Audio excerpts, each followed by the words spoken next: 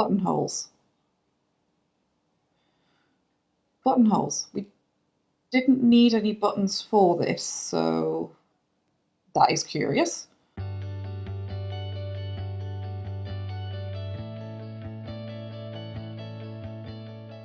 Welcome back to the channel.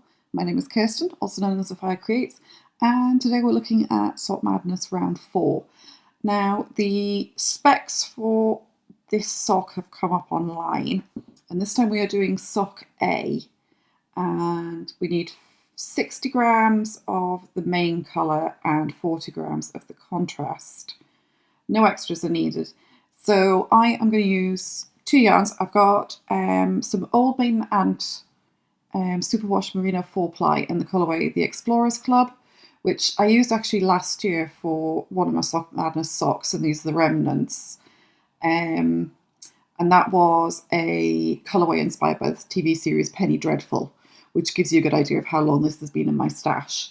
And the other yarn I'm going to use is the Ginger's Hand-Dyed Yakety Yak that I use for Whiskey Ahoy in the colourway Crunchy Leaves, and try and use those up. I did wonder whether to maybe use the Hedgehog Fibres seed that I used for Whiskey Ahoy as well, but I think it might be a bit tight yarn-wise because the CC needs 40 grams, and I don't know if I've got that. I think I've got less than that left, so I don't really want to risk it. Although it does say for both sizes that you only need 40 grams, so I think I'd probably be fine. But that's what I'm going to do.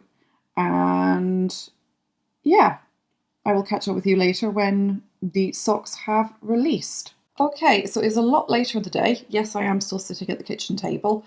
And let me see. So this came through at 4:45 UK time. And okay, I've got the specs and the email from the moderators now. So designer is Marja Hölltä? I think it might be a Finnish name, which I'm never quite sure about the pronunciations. But she is MMMRG on Ravelry, and she is the designer for this pattern. So 14 days, 2 weeks, and let's see, minimum requirements. So either size is allowed. So I presume the 60 grams is the smaller of the 2 sizes. I'll probably be doing that one. Cuff as written for 10 rounds. Leg, top as written for 9 repeats of chart A. Setup as written. Buttonholes. Buttonholes. We didn't need any buttons for this, so that is curious. Huh. Okay, heel flap and turn written for size, gusset and foot 50 rounds, including at least 2 more repeats of the buttonhole pattern. Gusset sole stitches must have correct number of non-decrease rounds. Total gusset and foot must include buttonholes and subsequent simple stranded colourwork and toe as written. So we can knit any size, as I said. We have the counting thread. Okay, I think the counting thread I've got at the moment is red, so I might switch that for a brighter colour. From leg setup round 1 to start toe tipped, flipped every 5 rounds, and 1 thread on each sock. Okay, can do longer and stuff, and then we've got the required photographs, which we always need. So cuff at bottom, because they always ask for the socks to be done in the knitting direction, so you sort of start always at the bottom. So on top socks, you've got the toes at the bottom, or the cuff first, you have the cuff at the bottom. So facing right with toes, side view of socks facing left, flat, front view of each sock, back view of each sock, and the back view, heel folded towards the leg so we can clearly see the heel turn, and then inside out view of both front socks lying flat next to each other, showing inside layer of the double knit section. Ooh, that's a bit different. I quite like double knitting. And the pattern is called A Door in the Sky. Oh, that's quite different to what I was expecting. And those are very, very big buttonholes. Okay, that's interesting. So, yes, the designer is Finnish. So I had the right idea of that. So the designer has included a little blurb about what inspired the socks. So this design draws inspiration from Surrealist art, particularly the idea of a door in the sky, a gateway to an unknown realm. It explores the interplay between what is seen and what is hidden, bringing typically concealed elements like colourwork floats to the forefront, while also using unexpected buttonholes to reveal the fabric beneath. Okay, that's quite cool. The rest of the colourwork is quite simple, it's just sort of stripes. But yeah, okay. I think the colours I've got will work quite well for that. So, yeah, two sizes, medium and large, 2.5 millimetre needles actually. So yeah, I'll probably do it on the 2.5 because colourwork pulls it a little bit tighter. Need stitch markers, and yeah. So looking through the pattern, cuff-all seems very straightforward. Leg seems straightforward. So yes, the buttonhole pattern's worked in double knitting, but rather than doing it as you would with double knit, with sort of having it knit on one side and purl on the other, so you end up with both sides knit, this one is worked with both knit side facing forward. So that's how you get the fabric to show as knit through the buttonhole. So you do the setup round, buttonholes, charts all look very straightforward so far. Ooh. So you use that same sort of pattern from the top of the leg section for the heel. Gusset is all standard. So, buttonhole pattern. Ah, right, this is interesting. So, you effectively kind of knit a sock in a sock. So, the contrast colour you work in the round, and then the main colour is worked back and forth when you make the buttonhole. Okay, that is quite interesting. Okay, looking forward to casting these on. I probably won't be doing a lot of filming just because I am doing some other stuff work-wise and everything. But yeah, that'll be very interesting to figure out. So I'll catch up with you later. So I've been thinking about the influence of these socks, and she references Surrealism directly. And a very long time ago, I did art at A level, and I still do bits and pieces of art, and it's something I'm interested in. And I did a lot of stuff working with the Surrealist artists, and I was trying to think where I've seen doors in skies before, and I think it's Magritte. So I've got a few of the images from him, so these are some of the images I remember. But yeah, so I think this is some of the influence. I've just popped a few of these images in just so you get an idea of how weird it can look. But yeah, I love this one, just the interplay between night and day and the doorways.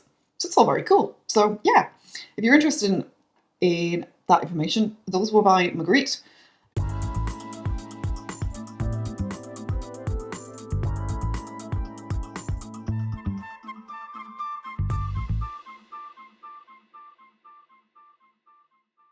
So good morning again, and this is, what day is this? The 26th of April. You can tell I've just woken up really, can't you?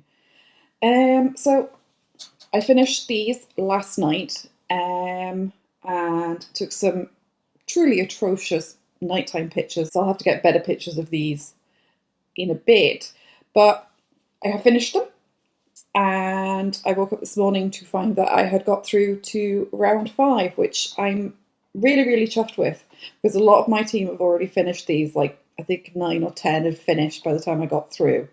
So yeah, so these are A Door in the Sky socks, and it's a really nice sort of colourwork pattern. I'm really pleased with the colours I did. I'm glad I stuck with the original idea of using the crunchy leaves, and all my buttonholes worked.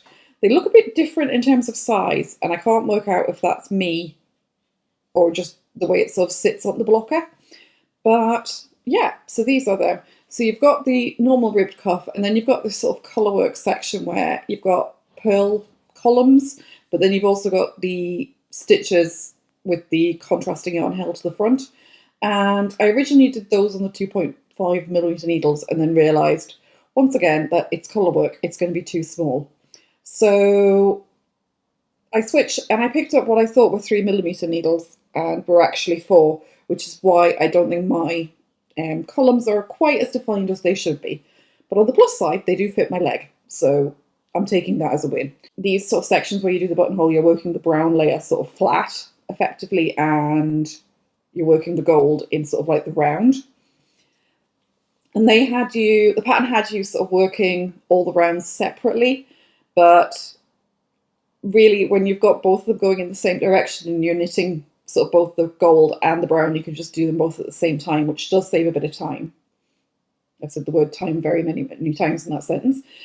But yeah, very quick to finish actually once you get past the buttonholes on the foot. And I really, really like them. I love the way the decreases have been done and also the gusset decreases here, just to keep the pattern aligned. And I think that's a really, really lovely touch. And the double knitting section, I can show you on the inside of the sock. So you can see all the floats. I will say using the Yak silk blend for the contrast colour means that these socks are so soft. They're so snuggly inside. But you can see, if I pull this flat, you can kind of see where the double knitting section is. And this is behind the buttonholes. Let's try and get this to go flat. So you do knit front back up here. And they do it quite cleverly. So on the setup row, rather than just doing knit front and back straight and actually getting it quite tight, they have you do a couple of stitches and then put a yarn over in. So it means when you are doing that knit front back, there's a bit more extra fabric so it doesn't distort. And then you work, obviously, this with the double knitting technique and you end up with this pocket, not a packet, a pocket. And then at the bottom you just knit things together using slip, slip, knit. And that means that the brown lies on top so it seals it off. But yeah, very happy with those. So I ended up using, let me just check my Ravelry page. I used 50 grams of the brown and I used 28 grams of the contrast colour. So I probably would be able to get away with the seed because I don't know how much I had left of that. Let me just double check. Yeah, I probably would have had enough. Yeah, I had 38 grams, so I would have been fine. But I think I prefer the gold, how it looks. So I'm very, very happy with that. I honestly didn't think I'd get through. So I've got the new bonus pattern for round 4, which I think is actually the last of the bonus patterns. And I think that is called, let me double check. Where has it gone? I had everything open in different tabs and now I can't find anything. So the bonus socks for this round are the polyrhythm socks. And I will be starting those in a wee bit, but I've got the bonus 3 socks to finish, which are Sabrina. So hopefully I will get them done soon and I can look forward to seeing what turns up next. We've only got 3 options left for the competition. I'm going to pull up another list. So we've got socks D, E and G remaining from the list that haven't been released as rounds 5, 6 and 7. So I don't know which way they're going to go around. So sock D is a 4-colour sock. I have a suspicion that will probably be the final, just the sheer amount of yarn. Although I could be surprised. But that one I'm using the Cookston Crafts Merino in the silver colourway that I used for 2 of the socks earlier on in the competition. I'm going to use some of the Rusty Ferret Quadrupole that I used for the Allial socks, which were the warm-up. And I've got some teal yarn for the Love of Yarn and a Sparkle Duck Spirit yarn. So that's sort of all very turquoisey blues and things. And then I've got sock E, which uses 3 colours. And I've got Hedgehog Fibres sock in the colourway Typewriter, which is sort of white with black speckles. And I've got the Border Tart Blue Moon sock in indigo and an indigo light, which should all work quite well together. So I think that'll be fine. I could switch the silver for this one, which might go better with the blues, and the white might go better with sock D, but I'll have a look at the pattern when it comes out and make a call then. But I can switch those around fine, that's not a problem. And the last one, I have Easy Knit Sushi Sock Roll in a gradient called Sully. And that's the one where it's sort of split. You're meant to use 2 yarns of the same gradient colourway. So I'm very curious about that. But all of these are multiple colour socks. So we've had double knitting, we've had colour work. There was a bit of intarsia if you wanted to in Dragon Princess, which was the first bonus pattern.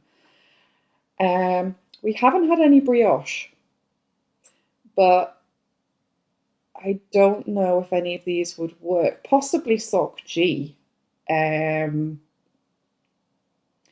This is going to be very interesting to see where this all goes next. So yeah, so my little basket of yarns is definitely going down. And I have knitted 9 out of the 14 socks now. So I'm very, very pleased with that. And just have to wait and see what happens next. Thank you so much for watching. If you enjoyed this video, why not hit the like button? And if you'd like to see more from me, hit subscribe. So that's all from me, and I'll catch you next time. Bye.